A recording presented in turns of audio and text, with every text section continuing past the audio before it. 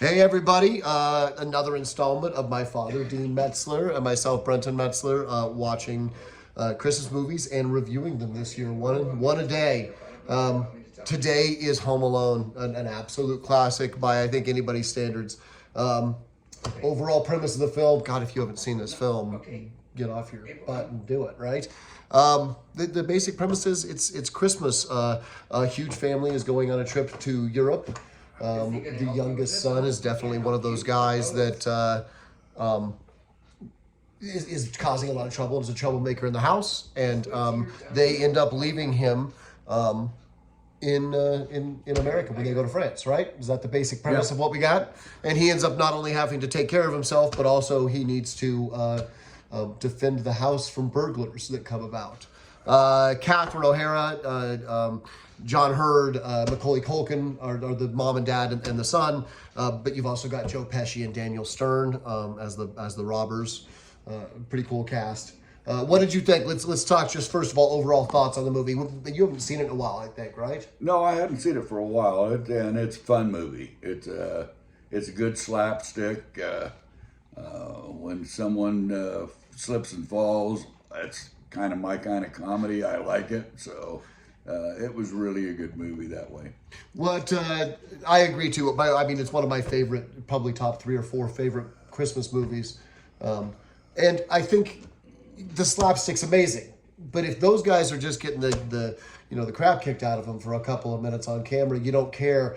But I think that subplot with Catherine O'Hara, Schitt's Creek, Catherine O'Hara, there is her trip to try and get back to her son, trying to trade seats with people and get on flights, and she ends up in the back of a moving van with John Candy, who's the polka king of the Northeast, and polka. And just her journey back there, and then the moment when they see each other for the first time. If Catherine O'Hara doesn't sell that, the movie falls flat. Right. And I think that's what really makes it special is that sidebar mom journey. Yeah. While he's beating the hell out of two robbers. And she did exactly what we would all do. She tried every avenue and took every shortcut, every long cut there was, and she beat the rest of her family back by about 15 minutes. Right. Yep. And they took the plane she didn't want to wait overnight to take. Yeah. Right. Yeah. Yep. Favorite? Would you have a favorite part in the movie?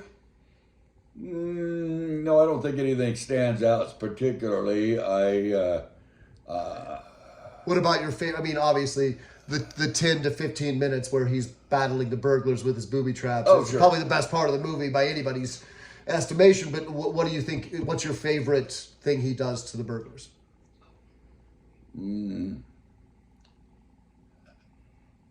I don't know. Probably the BB gun thing. He shoots one of them in the crotch, Joe Pesci in the crotch, and then the other guy gets down to the doggy door and it opens it up and he gets him right between the eyes. That's probably my favorite. I mean, my favorite, but by my favorite, it hurts me the most when I see it happen, is the Christmas ornaments. Stepping barefoot on the little tiny shards of glass in those Christmas ornaments. Yeah. How he walks the rest of the film is just complete Hollywood magic. There's no way you're getting up from that. Of course, with one foot, he's already stepped on a nail. Right. So. Another thing I wanted to mention about the beginning of the film is Kieran Culkin. Macaulay Culkin's younger brother plays Fuller, who's drinking too much Pepsi. Do you recognize where he's from? No, I don't. Succession. He's the younger brother. Oh, sure. All grown up. Isn't that crazy? Yeah. Yep. Favorite actor, favorite part in that film? Joe Pesci. I mean, he's great, isn't he? Yes. John Lovitz turned down Daniel Stern's role, and Daniel Stern got it, which I think is right. Daniel Stern works. But John Lovitz almost had that role. I'll be darned. He said, and I quote John Lovitz in my worst John Lovitz impersonation, "I'm not playing second fiddle to a kid." Yeah. No, it was Joe Pesci was perfect for that. I didn't realize Joe Pesci originally started in the business by having a band. I didn't know either. I'll have to look that up now. Yeah. Seldom does the old man get something up on me on Hollywood. My favorite role, John Candy's John Candy has a small role. When you look it up, most of his lines were improvised. He's just such a breath of fresh air. Like going around. Remember, he's like, oh, you're not that bad of a mother. Joe never sees his kids. That guy's never met his kids. Going around the thing, telling about all the guys. What about favorite line? I know what mine is, 100%. Oh, the line that sticks out through the whole movie is the gangster on the black and white TV show that he shoots the machine gun and all that. Yeah. Also, we found out, I think we found out last night when we were watching it, that film, the film within the film, I just always assumed was an old gangster film they found that worked well. They shot that. That's completely original for the movie, which I thought was interesting too. It makes sense why it works so well. Yeah.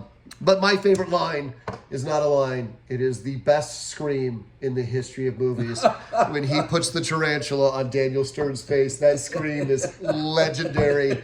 It's so good that when you type in Home Alone scream, there's like 5 YouTube clips of literally just the scream.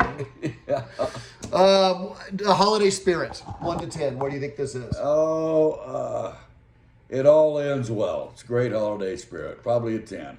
And not only does it end well, the family, mom sees Kevin, there's this beautiful moment, he misses his family and loves his family. He got his Christmas wish. Right. Then he gets to look out the window and see that the neighbor man's seeing his son and daughter-in-law and granddaughter for the first time. Yeah.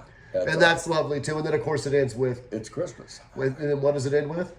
Kevin, what did you do to my room? Yeah, Big Brother.